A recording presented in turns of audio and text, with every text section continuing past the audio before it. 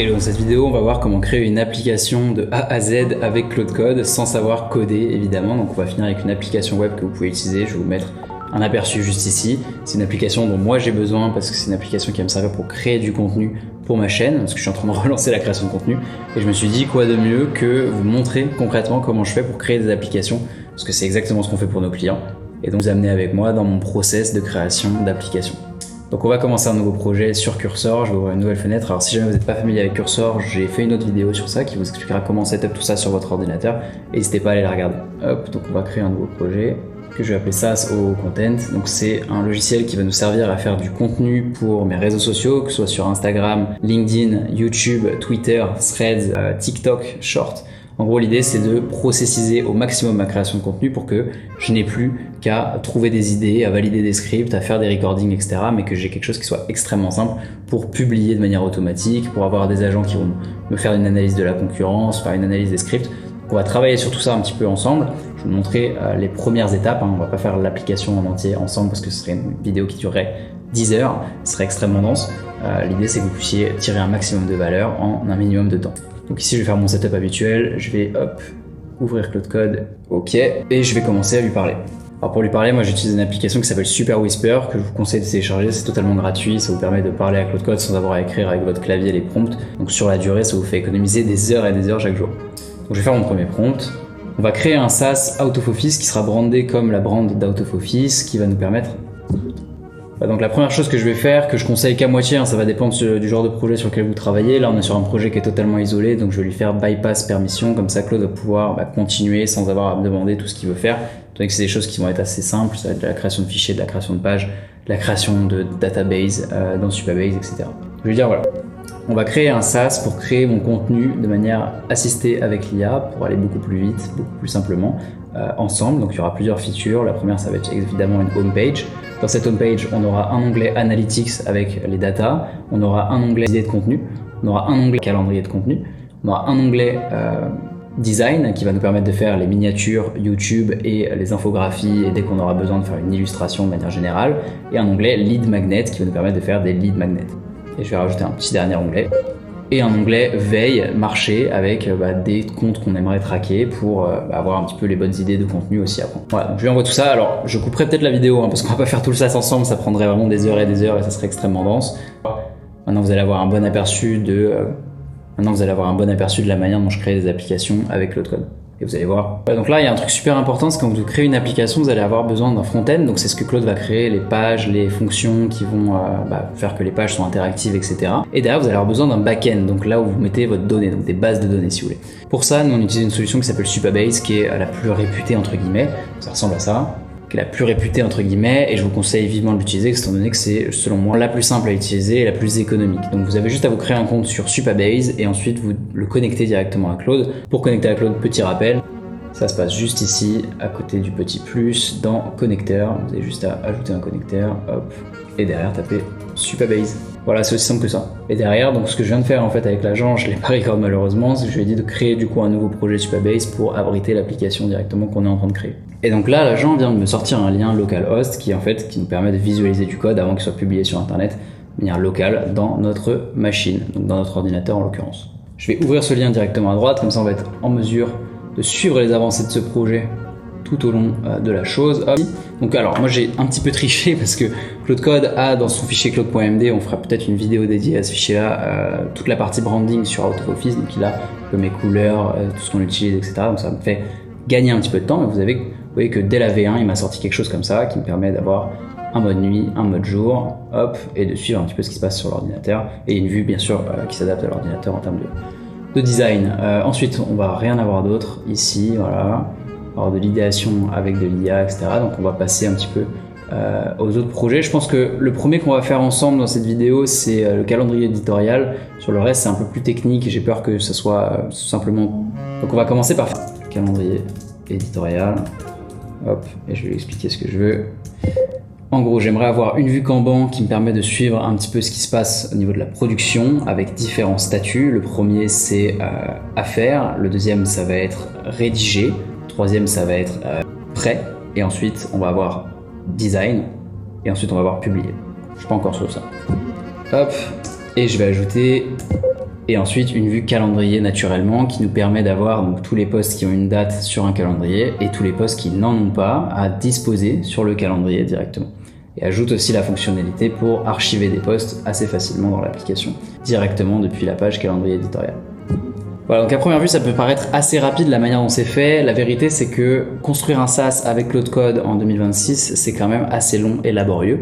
Si jamais c'est quelque chose sur lequel vous souhaitez vous faire accompagner, j'ai une agence qui l'a fait pour plus de 60 boîtes à l'heure actuelle, donc on crée des applications customisées pour elles toutes les semaines, tous les mois. On va extrêmement vite sur la production. Si jamais c'est un sujet qui vous intéresse, vous cherchez en fait à trouver un bon partenaire IA pour vous assister, pour vous accompagner vers cette transition qui est une transition énorme, n'hésitez pas à faire appel à nos services. Vous pouvez directement prendre rendez-vous avec moi dans le lien qui sera sous cette vidéo. Vous pouvez directement prendre rendez-vous avec moi via le lien qui sera sous cette vidéo et je me ferai un plaisir de vous aider. Et donc là, pendant que Claude Code fait la partie planning de contenu, je vais ouvrir un nouveau Claude Code juste ici, Claude Code Open, qui va s'ouvrir et on va le mettre sur la partie idéation de contenu par exemple. Donc ils vont bosser en même temps sur deux choses dans l'app, on va gagner un petit peu plus de temps. Hop. Tu vas t'occuper de la partie idée de contenu. Donc en fait, quand on fait une idée de contenu, on veut directement se baser sur la partie veille qui viendra plus tard, mais pas forcément. On veut une IA qui puisse être en mesure de nous donner des idées de contenu. Et quand on renseigne une idée de contenu, elle nous aide à creuser pour trouver les angles d'approche, etc. pour faire du contenu à forte valeur ajoutée qui va générer des leads pour notre entreprise. Derrière, une fois que l'idée est validée, je veux que ça génère une première version de script pour un post LinkedIn, parce que c'est une manière de faire qui est assez particulière. Ensuite, un script pour un réel Instagram ou TikTok ou peu importe, mais ce format-là. Et ensuite, une version très courte pour Twitter et Threads. À chaque fois, je veux les trois choses dans trois cartes qui vont être côte à côte. Et derrière, je peux, via un bouton simple, les envoyer dans le calendrier si je les valide, pouvoir les modifier évidemment aussi, et suivre ma boîte à idées de contenu de toutes les idées qui n'ont pas été réalisées à l'heure actuelle. Hop, et je vais lancer du coup mon deuxième agent. Et évidemment, je peux répéter ça pour chaque page de l'application. La seule chose sur laquelle je vous mets en garde, c'est d'abord l'usage de Claude. Si vous faites ça pour 10 pages, vous allez vite être à court de crédit.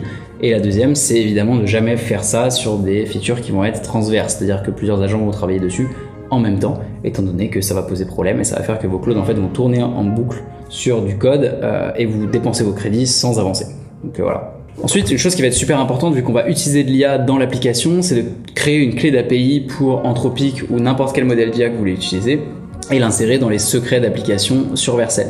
Donc pour cela, vous pouvez vous rendre sur Claude Console, il faudra vous configurer un compte parce que c'est pas vraiment les mêmes comptes que sur Claude, on n'utilise pas les mêmes crédits quand on passe par l'API, c'est important de bien comprendre ça.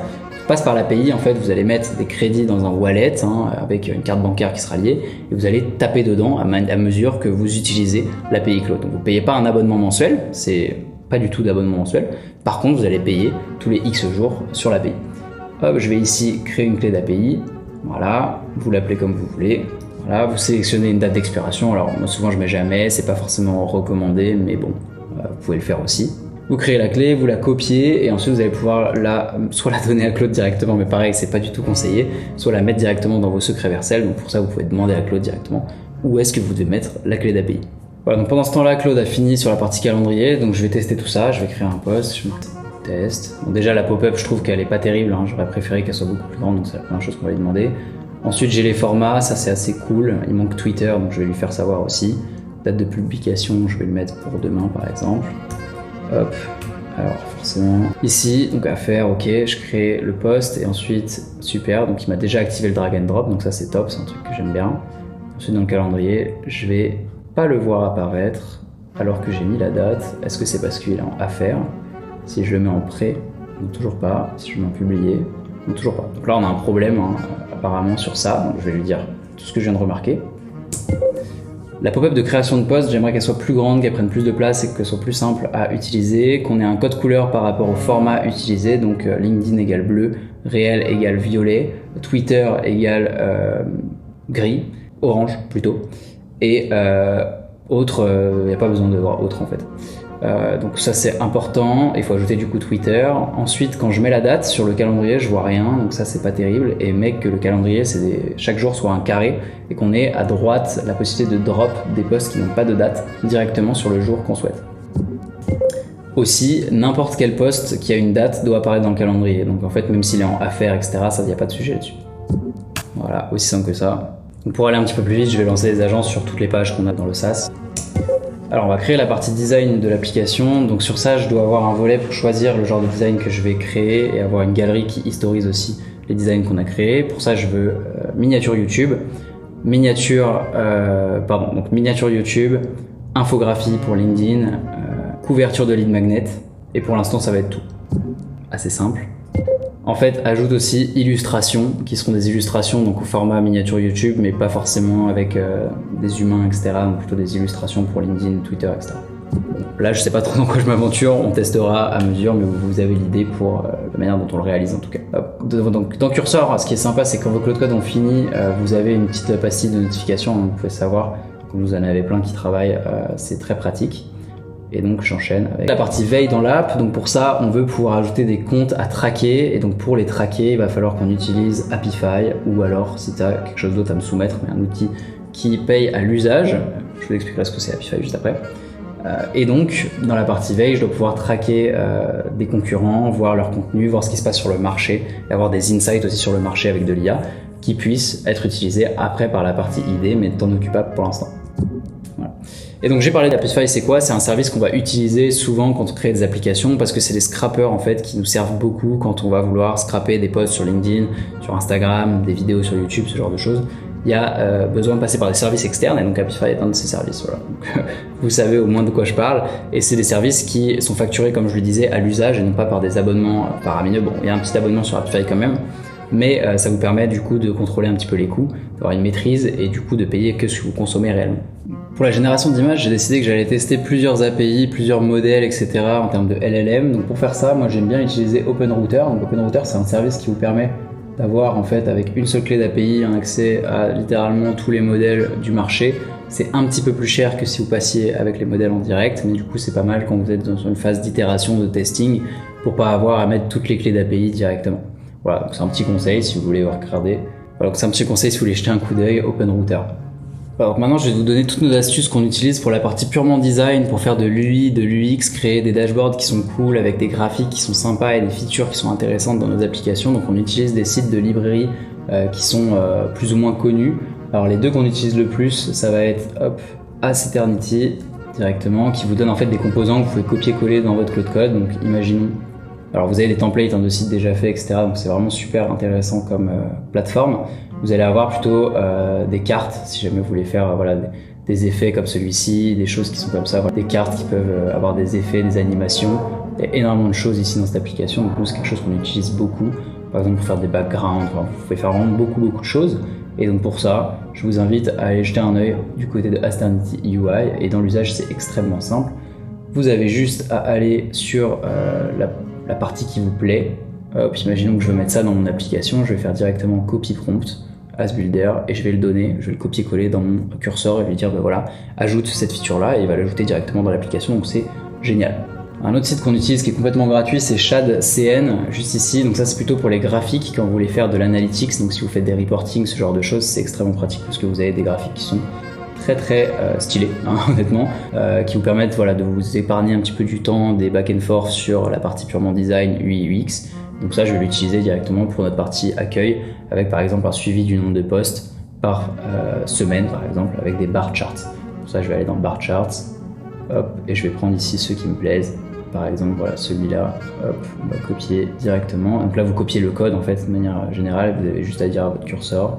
Je vais lui dire dans un nouveau Claude, Alors donc là, j'ai quelques messages d'erreur, c'est parce qu'ils sont en train de travailler dessus, ça va être réglé dans la prochaine seconde. Vous allez voir, c'est en train de se reload, voilà. Et je vais lui dire, ajoute dans la page d'accueil un suivi des contenus par réseau et par jour avec bar chart.